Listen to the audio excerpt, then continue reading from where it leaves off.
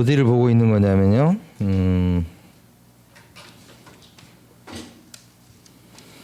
113페이지를 보고 있는 겁니다. 그 한 페이지밖에 안 되는데 이제 요게 주택임대차 보호법하고 상가건물 임대차 보호법을 이렇게 비교한 표죠.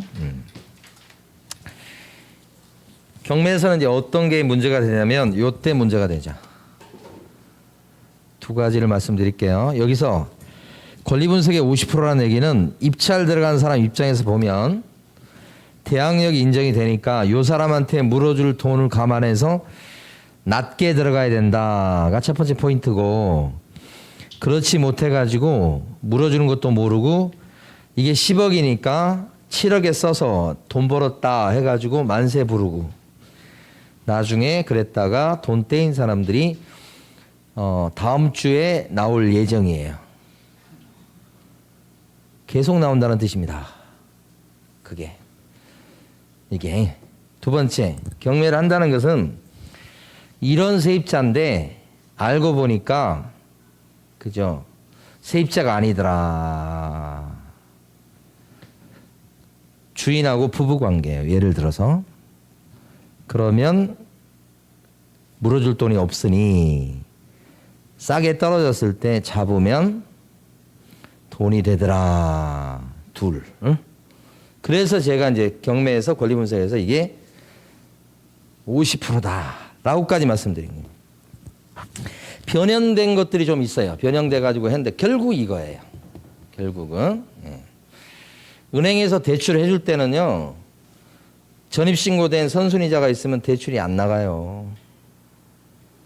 근데 경매 물건을 보니까 대출이 나갔는데 선순위 세대, 전입신고된 세대가 있어. 가짜 가능성이 높잖아요.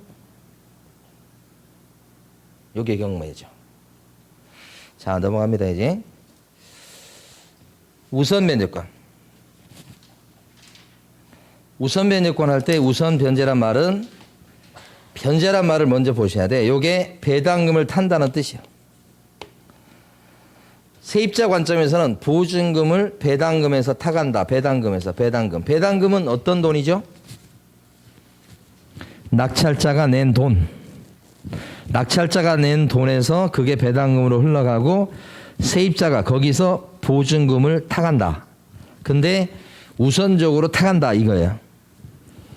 원래 세입자의 보증금은, 그러니까 세입자는 어떤 채권을 갖고 있냐면 보증금 반환 채권을 갖고 있어요.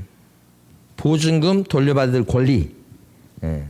그 권리를 갖고 있는데, 원래 임차권 자체가 채권에 해당되고 보증금 반환 채권이 일반 채권에 불과하니까 우선 변제권이 원래 없는 거예요. 원래 없는 거지. 그러다 보니까 세입자가 전세 보증금을, 돈이 큰 돈이에요. 사실 어떻게 보면 몇 억씩 넣어놓고 살다가 집이 경매에 넘어갔다 이렇게 되니까 받을 반환 채권이 있음에도 불구하고 배당에서 꼴등이야. 꼴등. 등수로 매기니까 채권자이긴 낫지. 근데 등수를 매겨보니까 꼴등. 그럼 배당금에서 꼴등으로 배당 받을 때 받을 수 있겠냐? 못 받아. 왜냐면 낙찰자가 낸 돈이 이제 한정이 돼 있고 빚 받을 사람이 많으니까 중간에서 끊겨. 그러면 보증을 다 털려. 대항력이 있으면 모르겠지만 대항력이 없는 세입자 같은 경우도 꽤 있을 텐데, 그런 사람은 우선 변제권이 없다 그러면 자신의 보증금을 못 지켜.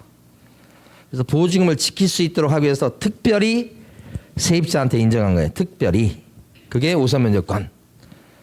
그러면 1등으로 배당 받는다까지는 아니에요.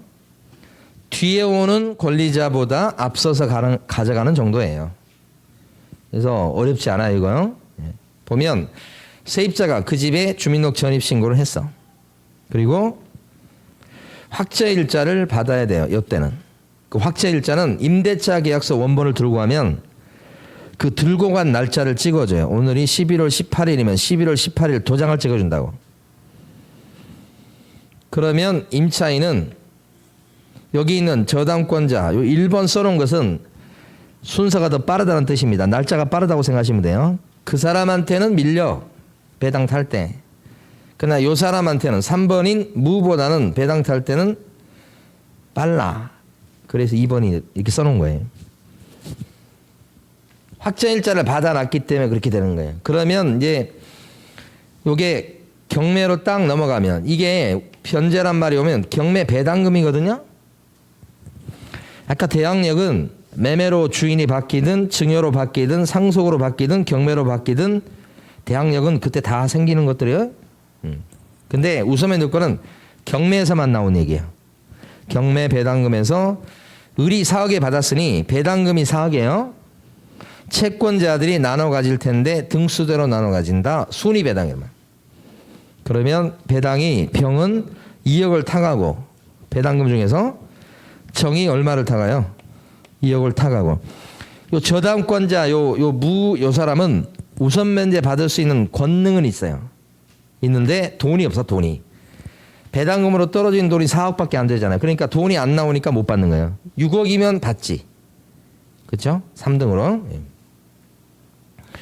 만약에 확정일자를 안 받아놓으면 어떻게 될까요? 배당이 우선 면제권이 없게 되잖아요. 그러면 보증금 반환 채권이 2억이나 있는데 그게 꼴등이라고. 꼴등. 그럼 얘한테도 밀려요 이제. 그럼 배당이 이것처럼 되지 않고 병이 2억. 요건 변함이 없고 정이 아니고 무가 되겠죠. 무. 요 사람이 얼마? 2억. 그 다음에 이제 을이 되겠죠. 을. 2억이죠. 꼴등. 돈은 근데 얼마 남았어요? 4억. 못 받죠? 그러니까 세입자 입장에서는 몇 등이 될지는 모르겠으나 일단은 보증금 넣고 들어가면 확정일자를 빨리 받아두고 봐야 된다. 그래야 안전하다. 그걸 얘기하는 거죠. 그러면 이 세입자요. 정은 경매잖아요. 주인이 을로 바뀌었을 때 낙찰받은 을로 바뀌었을 때 대항력은 있나요? 복습. 대항력은 있나요? 대항력 있어요 없어요 이거? 방금 전 시간 방금 전에 했던 거 방금 전에 이거 맞추면 기쁠 것 같아. 없죠? 대출에 깔려 있잖아요 지금. 색깔 안 칠해서 모르는 거예요 지금? 깔려 있잖아요. 이건 무슨 세입자? 후순위 세입자. 경매 선순위로 대출 세입자는 후순위 대항력이 없으니까 이 사람이 쫓아낼 수 있고요. 이 사람 보증금 2억을 을이 물어줄 필요는 없어요. 물어주는 게 아니에요. 을이 대항력이 없으니. 그러면 정은 가만히 보면 대항력은 없는 양반. 그 다음에 우선면제권은요. 있죠. 확정일자 받았으니까. 있는데 몇 등인가는 따져봐야 되겠죠. 1등이란 뜻이 아니에요. 우선면제권은 등수대로 배당을 받는 거예요. 그러면 세입자들은 보통 두 가지 무기가 있는데 센 세입자는 요것도 있고 요것도 있고 무기를 두 개 가진 세입자. 둘 다 없는 세입자는 형편없는 세입자. 이렇게 됩니다. 여기는 이건 없는데 이게 있어요. 뭐 중간 정도 되겠죠. 이렇게. 응? 우선면제권이 있으니까. 이건 없고 이렇게. 그러면 이제 저도 이거 뭐 지금 이 관련된 내용을 대학 졸업할 때도 잘 몰랐어요. 모르고 졸업했어요. 근데 나중에 졸업하고 이제 좀 시간이 더 지나니까 조금 이해할 수 있는 게 이 부분이에요. 그리고 이것도 대항력과 우선면제권이 사실 실질적으로 궁극적으로는 보증금하고 관련이 있어요. 대항력이 있다는 얘기는 보증금을요. 어떻게 하는 거예요? 대항력이 있다는 보증금을 낙찰자에게 물어내라고 할 수 있다는 뜻이죠. 낙찰자에게 받는다는 뜻이에요. 대항력을 주하는 게. 우선면제권이 있다는 것은 보증금을 어디에서 받는다는 거예요? 낙찰자에게 받는 게 아니고 낙찰자가 낸 배당금에서 받는다는 뜻이죠. 다 보증금 받는 거예요. 돈이 다 이거요. 목적이요. 대항력이 있다는 얘기는 새 주인한테 타겠다는 뜻이고 받아낸다는 뜻이고 우선면제권을 행사한다는 얘기는 배당금에서 건져오겠다는 뜻이니까. 그렇죠? 본질이 같은 거예요 사실은. 근데 둘 중에 대항력 낙찰자한테 내놔라 해서 받는 게 센 권리겠어요? 아니면 배당금에서 타가는 게 센 권리가 되겠어요? 배당금은 중간에 끊길 수도 있는데 사람이다 그러면 사람 쫓아다니면서 그리고 집을 인질로 잡고 있잖아 지금. 이게 더 센 거죠? 둘 중에 하나만 고르라면 여러분 이걸 택하셔야 되는 거 이게 아니고. 자, 이해되셨을 거라고 보고 이제 하나만 더 봅니다. 우선 면제권 요 순위 따지는 거 해봐야 되겠네. 가끔 시험에 나오는 게 우선 면제권 아까는 방금 전에 장면에서는 1등, 2등, 3등, 4등 뭐 이렇게 딱 제가 매겨버렸죠. 근데 이제 실제는 그렇게 딱 정해진 게 아니고 이제 우리가 따져봐야 되는 거예요.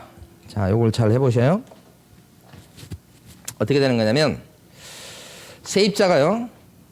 전입을 한 게 1월 5일이에요. 그 다음에 세입자가 확정일자를 받은 게 1월 6일이에요. 빨간 게 세입자요. 세입자는 우선 면제권이 그러면 언제 생기느냐. 세입자의 우선 면제권이 생기는 기준 시점은 전입신고가 효력을 발생하고 플러스 확정일자도 효력이 생긴 가장 늦은 시점이 기준이에요. 그런데 여기서 조심할 건 전입신고는 당장 효력이 생기는 게 아니죠. 1월 6일 날 효력이 생기는 거야. 다음 날. 근데 판례는 어떻게 해석해요? 0시. 확정일자는 언제 효력이 생길까요? 시간을 못 따져요. 그러니까 확정일자는 1월 6일 확정일자 받았습니다. 그러면 시간을 못 따지니까 1월 6일 그 날 중에 효력이 생기는 거예요. 그러니까 전체라고 보셔야 돼요. 1월 6일. 0시를 포함해서 전체. 그러면 효력 발생이 전입신고는 딱 1월 6일 0시에 생기고 확정일자는 1월 6일 그날 중으로 생기니까 우선 면제권은 언제가 기준이 돼요? 늦은 거. 1월 6일이 기준이에요. 0시가 여기 묻히는 거예요. 그러니까 1월 6일 날 우선 면제권이 있다고 하셔야 되고 저당권자도 우선 면제권이 있습니다. 은행은 대출을 해주면서 안심할 수 있는 게 담보를 잡아놓고 보통 대출하고 그렇죠. 그런데 만약에 이자를 안 내거나 그러면 담보 잡아놨던 물건을 경매로 넘기고 누가 낙찰을 받아서 배당금이 나오면 그때 어떻게 해요? 우선 면제권이 있는 은행이 보통 1등으로 배당을 타가요. 그러니까 대출금을 떼일 가능성은 뭐예요? 희박하죠. 그런 뜻이에요. 그 우선 면제권은 저당권자 언제 생기느냐? 1월 6일 날 등기가 돼 있으면 그날 중에 생겨요. 시간을 안 따져요. 그러면 요 세입자하고 은행이 보통 배당에서 경쟁을 해요. 배당에서 경쟁해서 누가 배당을 먼저 타가냐. 이때는 누가 배당 순위가 더 빠를 것 같습니까? 둘 중에. 세입자가 더 빠릅니까? 1월 6일인데. 저당권자가 더 빠릅니까? 여기도 1월 6일인데. 비기입니다. 비겨. 우선 면제권은 등수는 동점자가 나올 수 있어. 동점자. 그래서 이건 비긴 케이스. 아까 배웠던 대항력은 동점자가 있을 수가 없어요. 대항력은 뭐예요?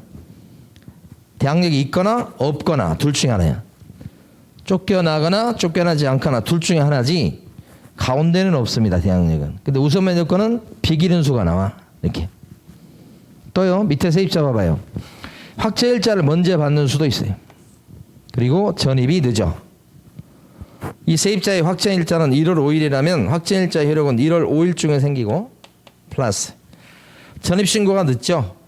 1월 6일인데 효력은 언제 생기죠? 1월 6일 날 당장 생기지 않고 1월 7일이죠. 근데 몇 시? 0시죠.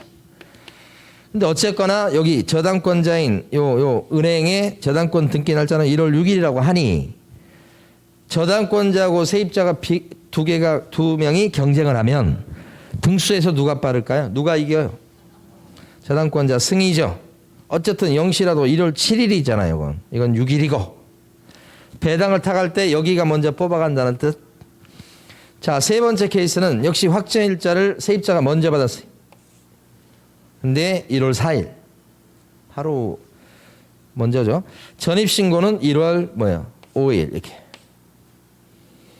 그러면 전입신고 1월 5일, 확정일자 1월 4일 그러면 이 세입자는 우선 면제권이 확정일자는 요 날 생기겠고 전입신고의 효력은 1월 5일인데 그러면 그 효력은 1월 6일 생기죠.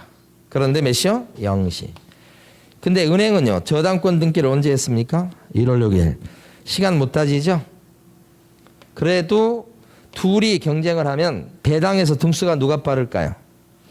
이쪽 세입자가 빠르겠어요? 아니면 은행이 빠르겠어요? 아니면 빚이겠어요?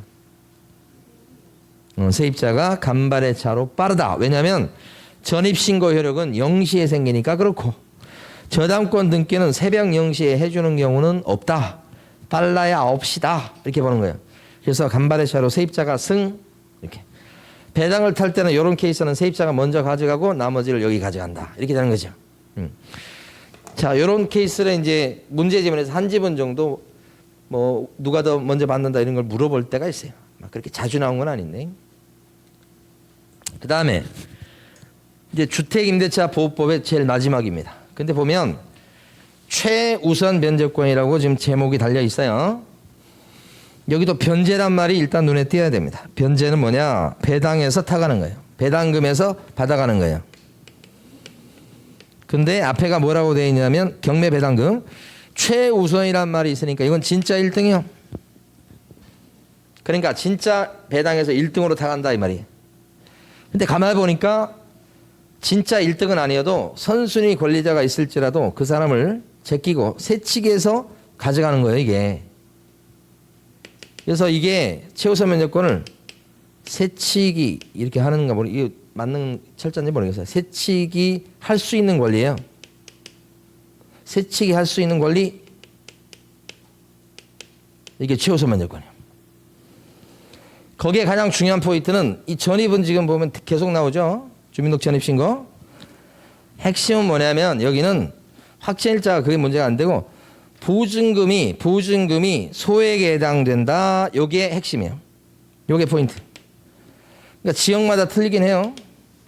그래서 서울 지역 같은 경우는 암기할 필요 없으세요. 현행법상 1억 5천만 원 이하가 소액에 들어가고 최우선 변제 타가게 할 수 있는 금액은 5천만 원까지예요. 요렇게 최근에 법이 바뀌었죠. 암기할 필요는 없어요. 어쨌든 이게 5천만 원이다. 서울 지역이다. 그러면 소액에 들어가는 게 맞아. 소액은 이 임차인 입장에서 봤을 때는 그 사람의 전 재산일 가능성이 있는 거예요. 그러니까 만약에 이 사람이 대항력이 없는 데다가 만약에 우선 면제 순위도 늦었다 그러면 잘못하면 자기 전 재산을 날려먹을 수 있죠. 그래서 사회적 약자를 배려하는 차원에서 이런 사람은 혹시 선순위로 저당권자 같은 앞선 권리자가 있을지라도 배당을 탈 때 세치기에서 배당을 먼저 받아가게 한단 말이에요. 여기서 소액 임차인한테. 그래서 딴 데 가서 방 한 칸 얻을 수 있는 그 돈을 손에 쥐어주는 거예요. 노숙자가 되지 않게 만들어주는 거예요. 사회적 약자를 배려하는 거예요. 이렇게 사회적 약자를 배려하는 제도는 우리 많이 있잖아요. 지하철에도 오면 노약자석이 있단 말이에요. 예? 저는 그냥 지하철 탈 때 노약자석이 있으면 그냥 일단 안 씁니다. 다리가 아파서 일단 않고. 근데 이제 어르신 이제 타시고 그러면 이제 비켜드리긴 하죠. 괜히 그 비워놓을 필요는 없다 생각되고 그래서 그렇게 하는데 앉으면 있잖아요. 모든 사람들이 막 째려보고 야단납니다. 이런 게 노약자석이 사회적 배려인데 마찬가지입니다. 지하철의 전 좌석을 다 노약자석으로 만들면 되겠어요? 안 되겠어요? 안 되지. 그러면 젊은이들은 앉을 데가 없지. 그래서 사회적 약자를 배려하는데 그래서 세치기 할 수 있도록 하는데 보증금에 대해서 전부가 아니고 일부에 대해서만 세치기 할 수 있도록 한다. 일부. 보증금 중에서 일부만 세치기해서 타갈 수 있도록 한다. 이 말이죠. 그게 뭐예요? 최우선 변제. 그러니까 사회적 약자를 배려하되 그죠? 다른 사람도 먹고 살아야 되니까 일부만 보장을 해준다는 뜻입니다. 세치기 할 수 있어도. 예. 여기서 출발하는 여기서. 예. 그럼 이게 배당이 어떻게 되느냐? 선순위 권리자가 있어요. 근데 낙찰이 지금 1억이 됐으니까 배당금이 1억 나왔다는 뜻. 원래 최우선 면제권이 없으면요 1억을 다 병이 가져가는 거예요. 그런데 이 사람 가만히 보면 전입이 되어 있고 주민등록 전입신고 그 다음에 소액에 들어가고요. 자, 또 더 나가면 원래 배당 요구해야 돼요. 그러면 세치기 허용. 그래서 배당 받을 때 정이 먼저 받아갑니다. 얼마를요? 보장되는 금액이 얼마? 5천 원이죠. 그러다 보니까 여기 이 사람은 전부가 다 됐어요. 그래서 요걸 여러분 이해하도록 조금 바꾸면 예를 들어서 이 사람의 보증금이 1억이다 그러면 어떻게 돼요? 소액에 들어가죠. 서울에서는 1억 5천까지가 소액이니까 소액에 들어가요. 세치기 할 수 있죠. 1억을 세치기 합니까? 아니요. 얼마? 5천. 그러면 그렇죠. 보증금 중에서 일부를 세치게 한다는 것을 이해하려면 여기 더 좋을 수도 있어요. 그죠? 그 다음에 이제 병한테 갑니다. 원래 1등. 그럼 병은 어떻게 해요? 5천을 배당받게 되죠. 병이 좀 피해를 본 것 같습니다만은 사회적 약자를 배려하는 제도다. 이렇게 이해하시면 돼요. 그러니까 세치게 할 수 있는 권리예요. 자격이 있어야 되겠죠? 그러면 은행이 좀 피해를 보지 않느냐? 그러니까 잘해야죠, 은행이. 어떻게 잘합니까? 자기가 1등이지만, 그쵸? 그 대출을 해줄 때, 이빠이 만땅으로 대출해 주면 안 되는 거죠. 대출 가능 금액에서 혹시 뒤에 소액이 들어올 수 있는 여지가 있잖아요. 그럼 세치기를 당하잖아요. 그럼 일정 금액을 어떻게 해요? 양보해야 되잖아요. 근데 그때 하는 게 금융권에서 이제 방빼기를 한다고 그래요. 방빼기. 소액으로 두 칸이 들어왔다 그러면 최소한 뭐요? 이렇게 최우선 면제를 받아가니까 그거 빼고 대출을 해줘야 리스크를 없애겠죠? 우리는 은행 걱정 안 해도 돼요. 은행은 잘 알아서 해요. 우리는 가끔 살다 보면 쓸데없는 사람 걱정을 해주고 앉아 있어요. 우리도 지금 힘들어 죽겠는데. 은행 걱정하지 마세요. 올해 빌려줘서 돈 꽂아갖고 33조인가 이자 수입이 33조래요. 뭐 그래서 엄청난 수익을 보고 있다고 막 그러더라고요. 요새도 전화 오더라고 은행에서.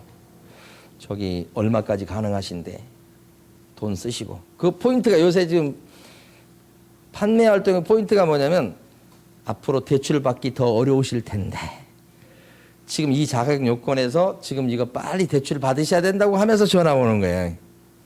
우리 저번에 판매 활동했죠? 유능한 거죠. 중요한 포인트를 딱 짚어가지고 지금 대출 앞으로 받기 힘들다고 하니까 그죠? 해서 빨리 지금 먼저 받아둬라 이거지. 받고 싶지. 근데 못 갚으니까 못 받는 거야. 자, 이제 상가 건물 임대차 보호법 가봐요.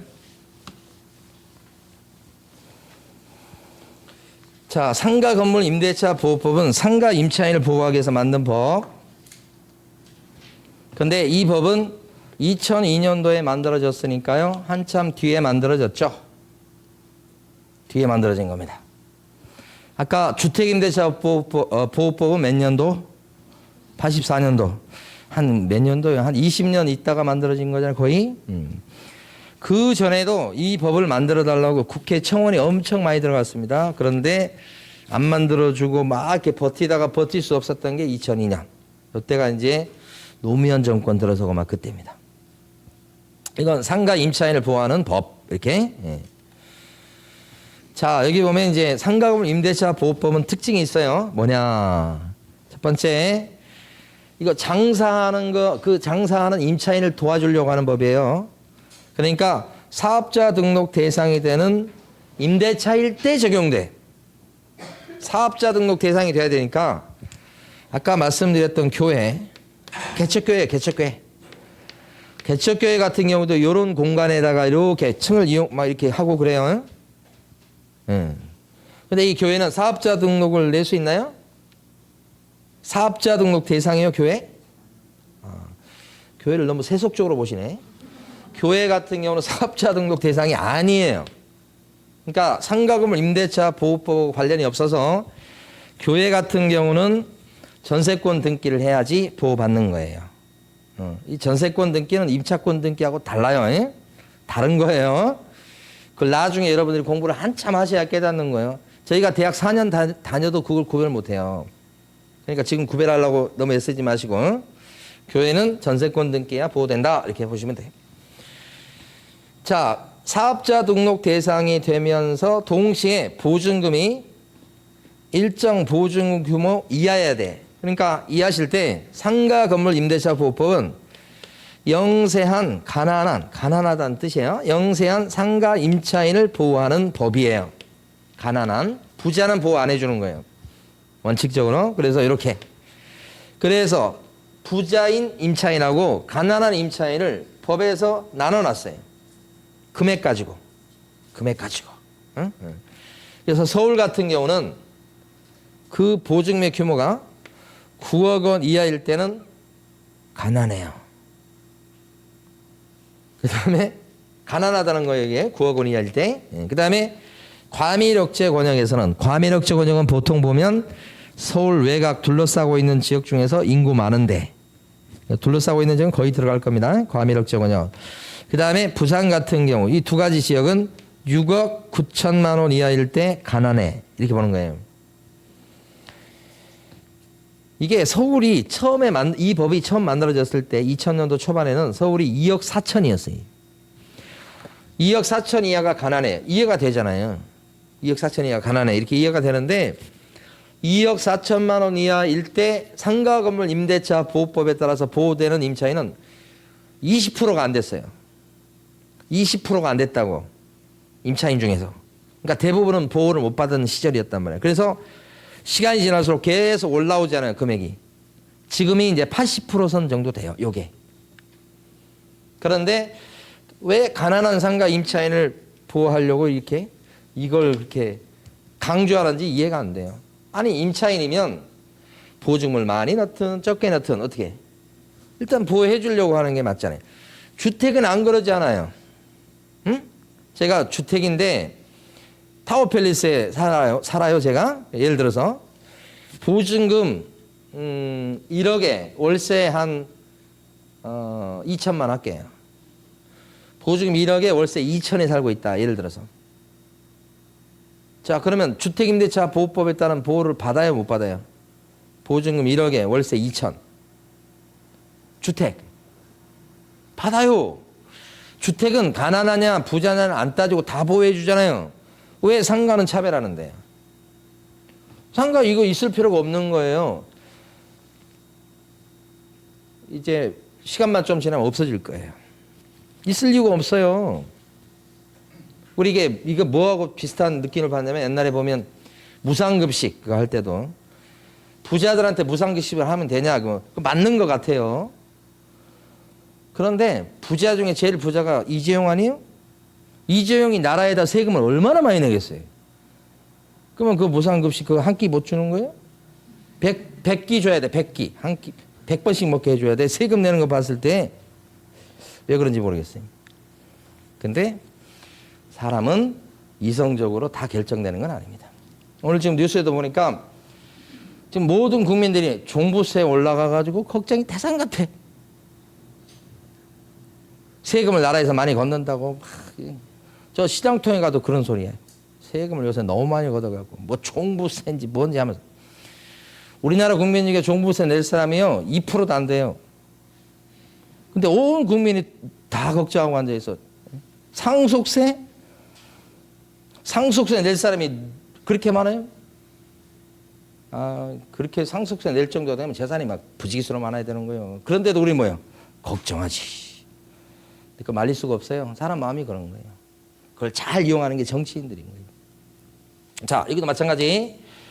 부자인 상가 임차인은 보호해주면 안 돼. 가난한 사람만 보호해야 돼. 이렇게 쭉 가는 거예요. 그래서 요 금액은 나중에 암기하셔야 돼요. 그 다음에 여기 보면 광역시 나오죠. 인천광역시 이런 데는 뭐예요? 5억 4천이야. 나중에 암기하셔야 돼. 그 다음에 이건 필요 없어. 기타 지역요. 나머지 지역은 얼마? 3억 7천이야. 이렇게 쭉쭉쭉 암기하셔. 그런데 이걸 따질 때 월세가 있잖아요. 상가는 월세 많잖아요. 거의 다 있잖아요. 월세 곱하기 100을 해서 환산해줘요. 그게 특징이야. 주택은 이런 게 없어. 아까 말씀드렸잖아요. 타워팰리스 보증금 1억에 월세 2천이요. 질문 드려봐요. 타워팰리스 거기 주거용 아파트에 살고 있어요. 주상복 아파트에 살고 있어요. 보증금 1억에 월세 2천이면 소액 임차인에 들어갑니까? 서울인데. 아까 서울은 1억 5천이야. 그렇죠? 근데 1억에 보증금 1억에 월세 2천이면 소액 임차인에 들어가냐고요? 들어갑니다. 들어가요. 주택에서는 월세 있을 때 곱하기 100을 안 해요. 그쪽에서는. 그것도 잘못됐다고 봐요. 안 해. 그러면 그 보증금 1억에 월세 2천씩 내고 사는 사람은 무지하게 부자인 거예요. 보나마나. 근데 소액임차인으로 새치기를 허용한다는 거예요, 지금. 이런 건 뜯어 고쳐야 되지 않겠어요? 근데 상가는 꼬박꼬박 해요. 이거 곱하기 100을 합니다. 그러니까 예를 들어서 보증금 2억에 월세가 700만 원이라고 치면, 그렇죠? 이게 노래방이라고 쳐봐요. 제가 노래방 갔던 얘기 말씀드렸나요? 우리 이제 사무실 식구들끼리 막 지금 최근 일에 가면 안 되잖아요. 그런데 이제 계약을 한 건 하니까 이 양반들이 전부 흥분해갖고 가자고 그래가지고 안 갈 수가 없잖아요. 지하야, 지하. 근데 갔는데 전 들어갈 때부터 덜덜덜 떨면서 들어갔어요. 지하인데 이 공기 환기가 잘 안 될 거 아니에요. 노래가 안 나오더라고. 할 수 없이 가서 이제 그 시켜주고 앉아고 있었는데 정말 좀 그렇더라고. 가지 마세요. 아직은. 그렇죠? 노래방 하신 분이 또 계실 수 있구나. 자, 여기서 2억에 월세 700이잖아요. 근데 만약에 서울에 이런 노래 연습장이 있다면, 노래 연습장의 정식 명칭은 노래 연습장이 있다면 상가 건물 임대차 보호법에 따른 보호를 받을까요? 서울은 얼마죠? 9억 이하가 가난한 임차인이 환산하니까 얼마죠, 이거? 9억. 그럼 가난한 임차인이 들어갑니까? 네. 이하란 말이 있으면 9억부터예요, 부터. 그러니까 이때는 적용이 되겠죠? 적용됩니다. 부산이면 어때? 부산. 6억 9천 이하잖아요. 그럼 뭐예요? 9억이니까 넘어버렸죠? 그럼 원칙적으로 여기는 보호되지 않는다. 이렇게 되는 거죠? 그래서 상가 건물 임대차 보호법은 지금 보는 것처럼 이 보증금 규모 가지고 적용되니 마니 이런 부분이 굉장히 중요한 거예요. 주택에는 없는 거니까. 중요한 거 했습니다. 자, 그런데 이렇게 하다 보니까 요거 지금 9억 넘어가면 서울에서 9억 넘어가면 이제 적용이 없잖아요. 그래서 이제 사건이 발생합니다. 어떤 사람이 점포에다가 인테리어를 수억을 들여가지고 해가지고 그러다 보니까 보증금이나 월세도 센 데예요. 그랬는데 그렇게 해가지고 장사를 하다가 주인이 월세를 올려달라고 하니까 조금밖에 올려달라고 안 하니까 조금 올려준 거예요. 올려주다 보니까 이제 9억이 넘어간 거예요. 쉽게 말씀드리면. 처음엔 9억이 아니었어요. 근데 주인이 몇 년 지나니까 올려달라고 하니까 올려줬어. 그랬더니 9억이 넘어갔어. 넘어가 버리니까 적용이 없잖아요. 없으니까 우리 상가에도 갱신 요건이 있어요. 여기서 10년을 보장하거든, 상가는. 그래서 갱신 요건을 행사했더니 주인이 뭐라 그래요? 나가, 그런 거예요. 근데 거기다 지금 인테리어 해가지고 지금 새로 해가지고 수억을 들였는데 보증금이 넘어가 버리니까 갱신 요건이라는 권리를 행사를 못하게 되는 거예요. 그래서 그분이 망했어요. 그래서 자살하는 일이 발생했어요. 넘길 수도 없고 인테리어 들어간 거 다 날려버리게 되니까 그 사람은. 그래서 국회에서 부랴부랴 법을 만들었어요. 방금 전에 공부했던 게 이건데 앞으로 우리는 이걸 이하 보증금이라고 명칭을 우리끼리 부르자고요. 이하 보증금. 그러면 상가 건물 임대차 보호법의 모든 조문이 적용되는 거예요. 모든 조문이 빠짐없이 이렇게 보면 되는데 초과 보증금이야. 아까 초과 보증금이 생길 수 있다고 그랬죠? 그렇죠? 부자 임차인. 초과되면 원래는 하나도 적용이 없어요. 그래서 자살하는 일이 발생한 거예요. 우리는 가만히 보면 누가 뭐 자살하거나 뭔 일이 발생해야 법을 고쳐요. 고쳤어. 초과에도 일부 적용하는 걸로.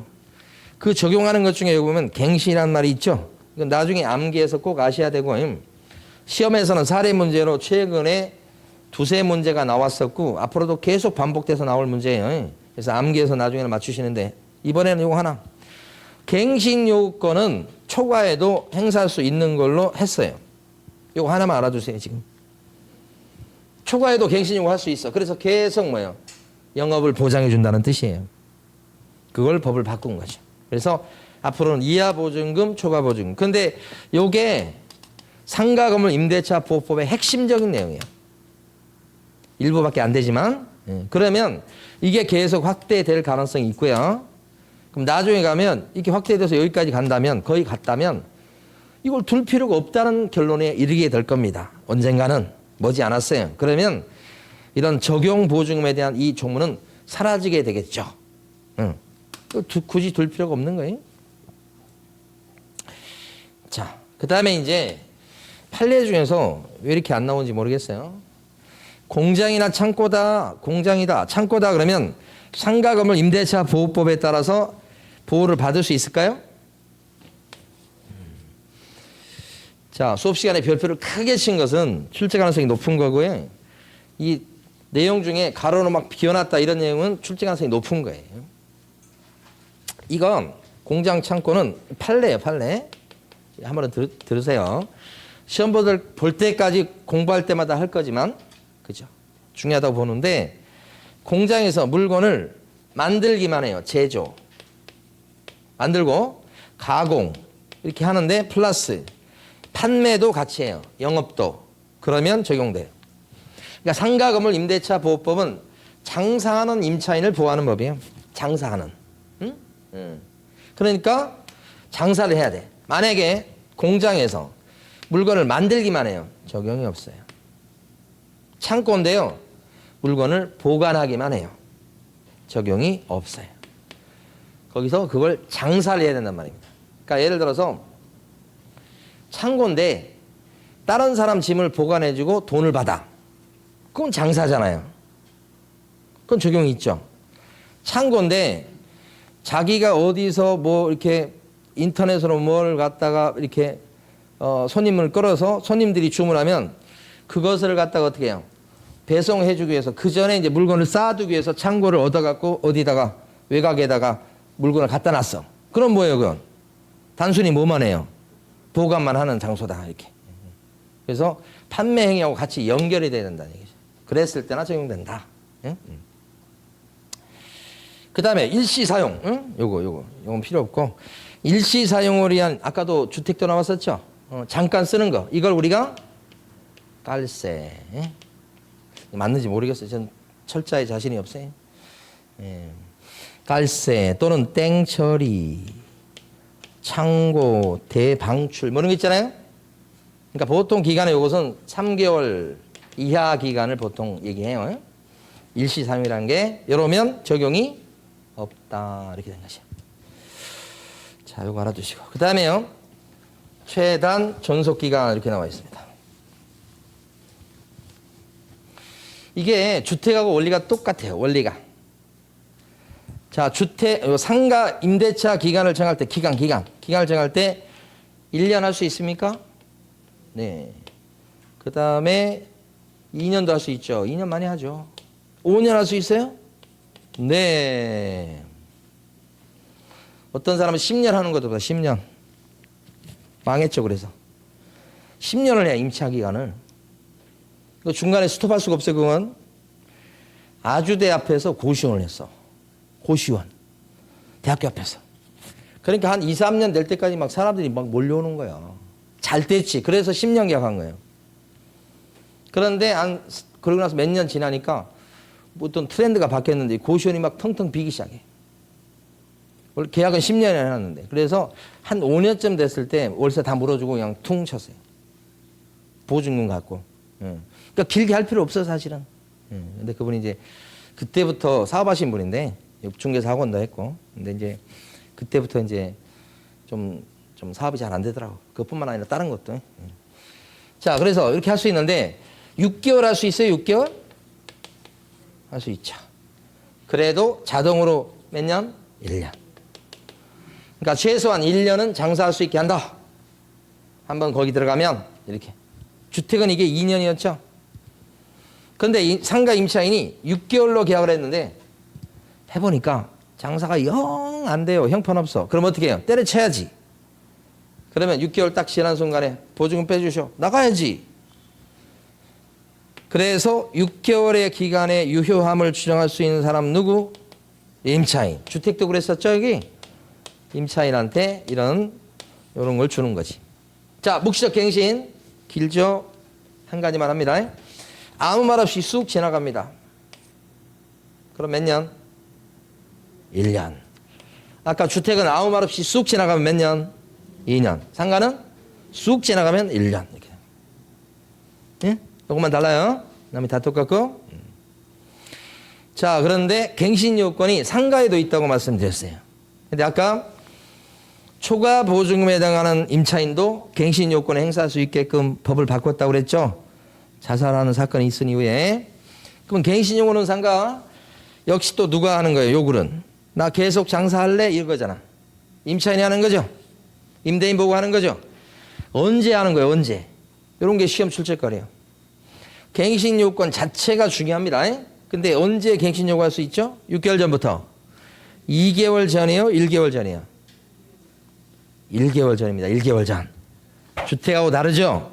주택은 2개월 전. 주택은 뭐 2년에다가 2개월 전 이렇게 막 놀잖아요. 묵시적 갱신도 2 이렇게 되잖아요. 상가는 1년, 그렇죠? 묵시적 갱신도 1년, 갱신 요구도 1개월 전 뭐 이렇게 되잖아요. 일하고 많이 관련돼 있는 상가는. 자, 그런데 여기서 중요한 거, 갱신 요구를 하면 임대인은 뭐예요? 거의 들어줘야 돼. 그러면 갱신 요구가 있으면 임대차 기간은 얼마인가? 이게 중요해요. 지금 보면 종전의 임대차와 동일한 조건으로 다시 한 걸로 봐요. 갱신 요구하면 임대인은 거의 들어줘야 되거든. 그럼 만약에 3년 계약했어요. 근데 갱신 요구했어요. 때 한 달 전까지. 그러면 갱신 요구에 따라서 임대차의 기간은 어떻게 돼요? 3년 되는 거예요. 1년이 아니고요. 아까 묵시적 갱신이 되면 얼마예요? 여기서 묵시적 갱신 되면 1년. 근데 갱신 요구하면 똑같은 기간 이렇게 되죠. 이게 독특하죠. 요게 기억을 하셔야 돼. 똑같은 게. 만약에 상가 임대차 기간을 1년으로 했어. 그런데 갱신 요구가 들어왔어. 그러면 갱신된 기간은 몇 년? 1년 이렇게 된다는 얘기예요. 상가 임대차 계약 기간을 2년으로 할 수도 있죠. 근데 갱신 요구가 들어왔어요. 그러면 갱신된 임대차 기간은 몇 년? 2년 이렇게 된다는 거지. 앞에하고 똑같은 기간 이렇게 된다는 거지. 그렇죠? 이게 조금 독특하죠? 알아두셔야 돼요. 다만 이렇게 갱신 요구가 들어왔을 때 우리 임대인은 보호주금이나 월세를 올려달라고 할 수 있는데 올릴 때는 많이 못 올리게 하죠. 5% 못 넘죠. 1년 안에는 다시 못 올리죠. 주택도 똑같았었어요. 이게.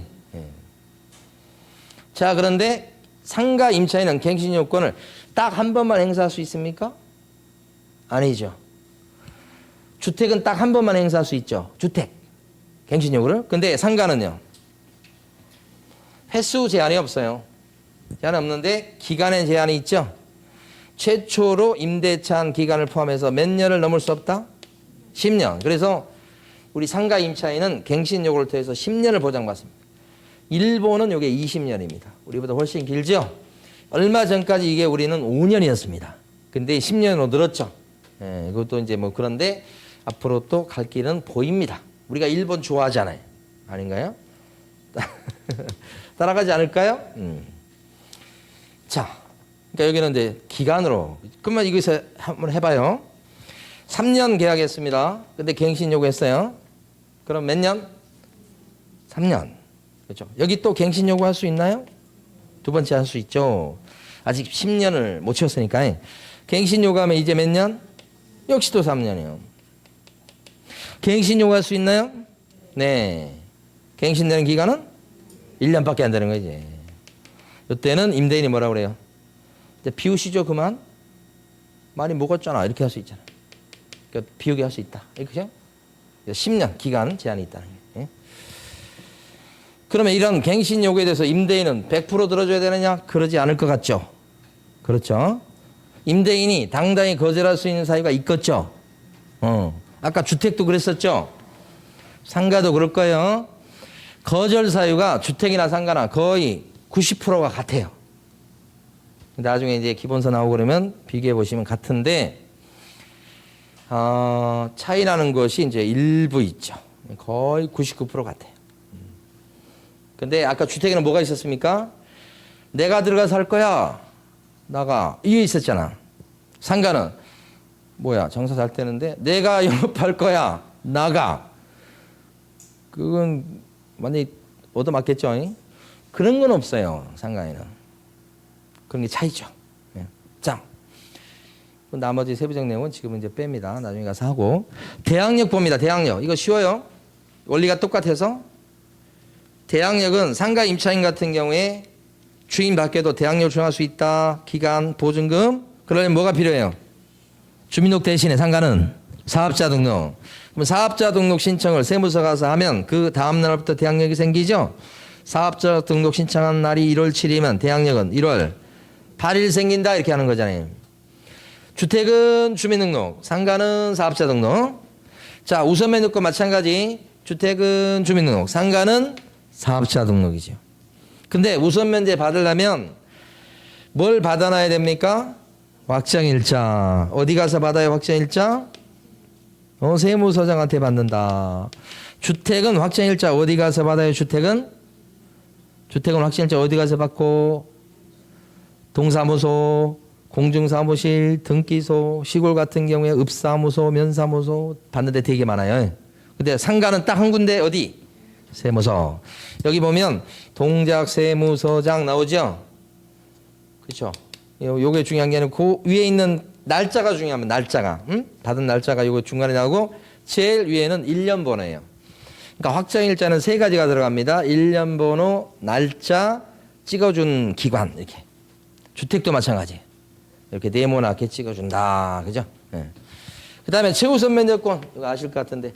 최우선 면제금은 뭐가 먼저 생각나야 됩니까? 소액. 그쵸? 근데 기본은 뭐예요? 사업자 등록. 그러니까 대항력, 우선 면제, 최우선 면제는 주택이나 상가나 기본 축이에요. 근데 주택은 공통 요건이 뭐예요? 주민등록, 전입신고, 주민등록. 상가는 사업자 등록, 사업자 등록 이렇게 된 거지. 됐어요.